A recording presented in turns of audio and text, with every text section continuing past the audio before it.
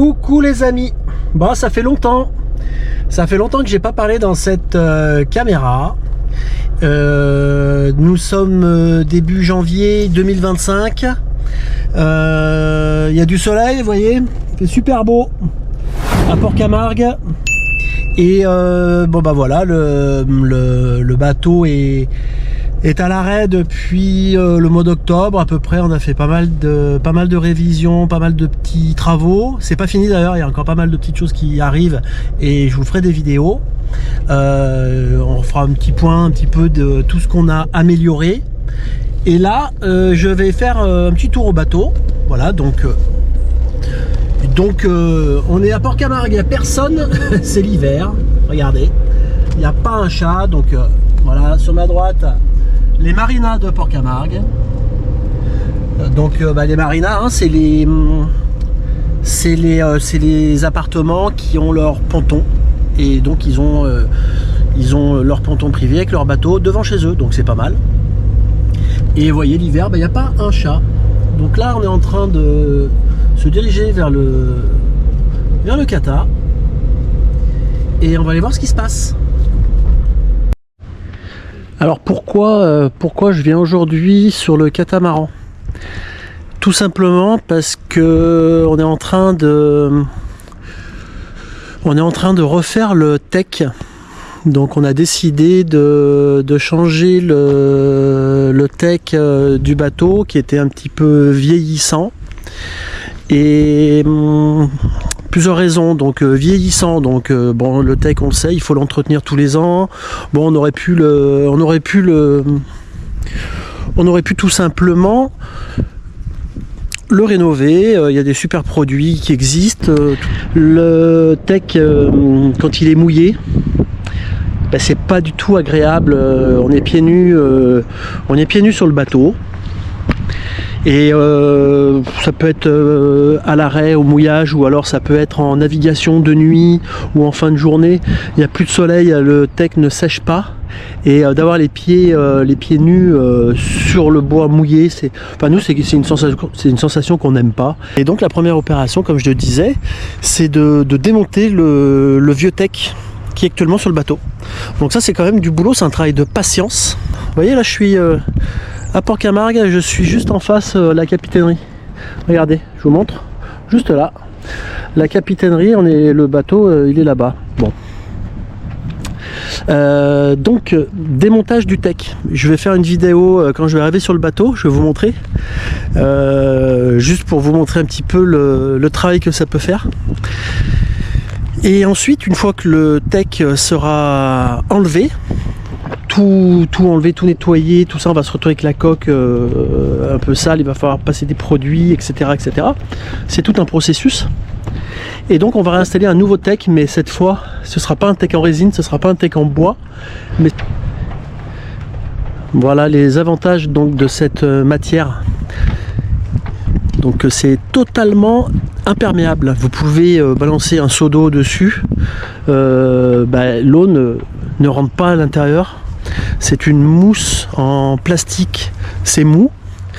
C'est totalement imperméable. Vous pouvez jeter même un verre de vin dessus, vous balancez un seau d'eau pour nettoyer, pour pas que ça tâche, et ça ruisselle dessus, ça ne s'imprègne pas. Donc du coup c'est toujours sec. Donc on n'a pas ce problème de bois mouillé, tout ça c'est sec. Et après, alors en termes de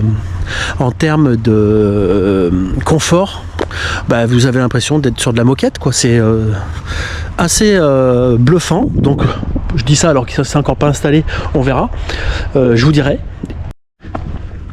Donc là je suis sur le quai à Port-Camargue, hein. Donc on est sur le quai des Qatar, hein. Enfin il y a pratiquement que des Qatar, il y a quelques bateaux à moteur, très peu. Et bon voilà, l'hiver toutes les places sont bien occupées, hein. C'est l'hiver, c'est normal.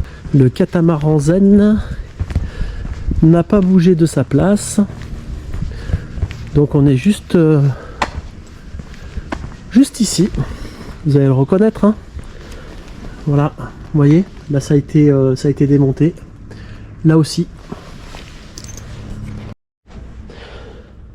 Voilà pour vous donner une petit aperçu. Donc le tech a été enlevé. Hein. Bon bah il reste bien sûr tout ça.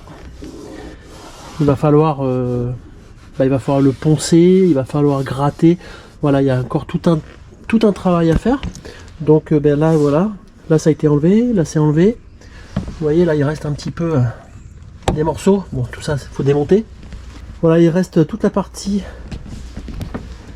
centrale qui n'est pas faite encore. C'est un chantier quand même. Hein. Voilà. Et ben voilà, c'était pour vous montrer.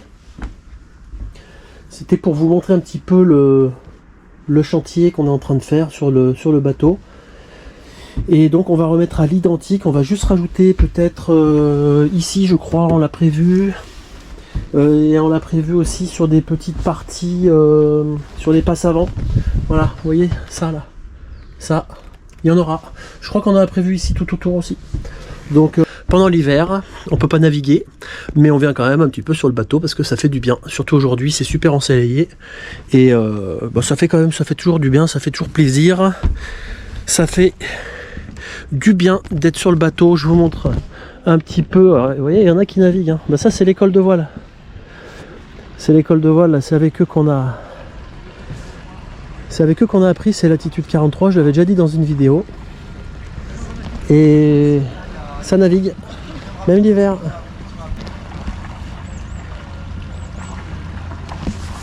Un bateau qui rentre.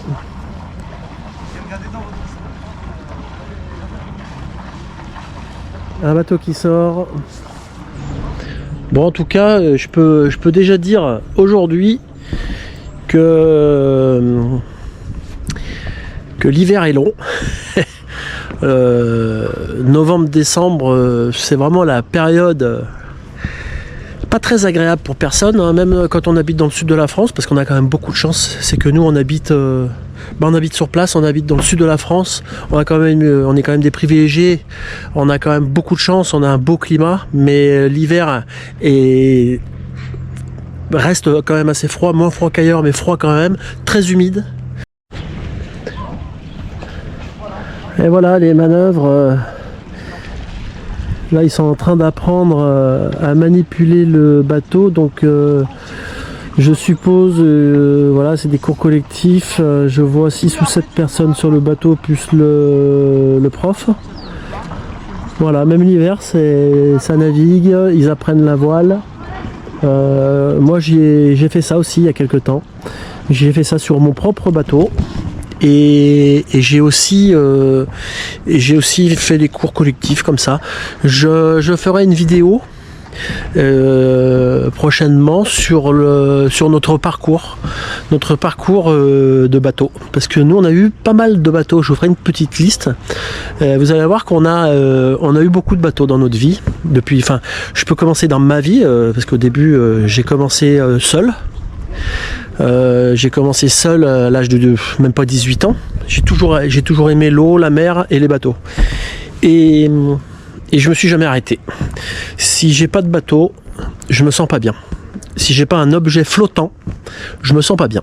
Donc depuis presque toujours, j'ai toujours eu toutes sortes de bateaux différents. Et je vous ferai une petite vidéo sur le parcours nautique, sur mon parcours, et ensuite sur le parcours de Séverine et moi, parce que quand elle est arrivée dans ma vie, donc ça fait maintenant une vingtaine d'années, le programme de navigation a beaucoup évolué, et je pense que ça va évoluer encore dans les prochains mois et prochaines années.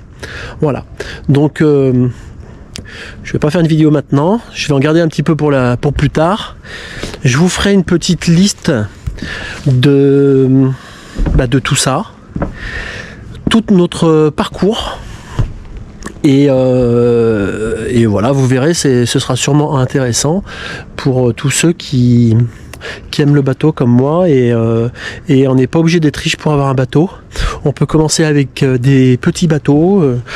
Quand on aime le bateau, quand on est passionné, on peut acheter un petit bateau de 4 mètres avec un petit moteur 10 chevaux, et on peut commencer à sortir, ou alors un petit voilier, etc. Et franchement c'est top. Après quand on a la chance de pouvoir acheter un peu mieux ou un peu plus gros, c'est encore mieux. Mais Bon ben voilà, de retour du port. On a quitté le bateau Zen. Retour à 2 minutes du port, à la maison. Bon ben on est pas mal, regardez hein. Ça c'est la vue. Alors on est sur terre, effectivement. On est sur terre, mais on a quand même un cadre de vie qui est quand même plutôt sympa.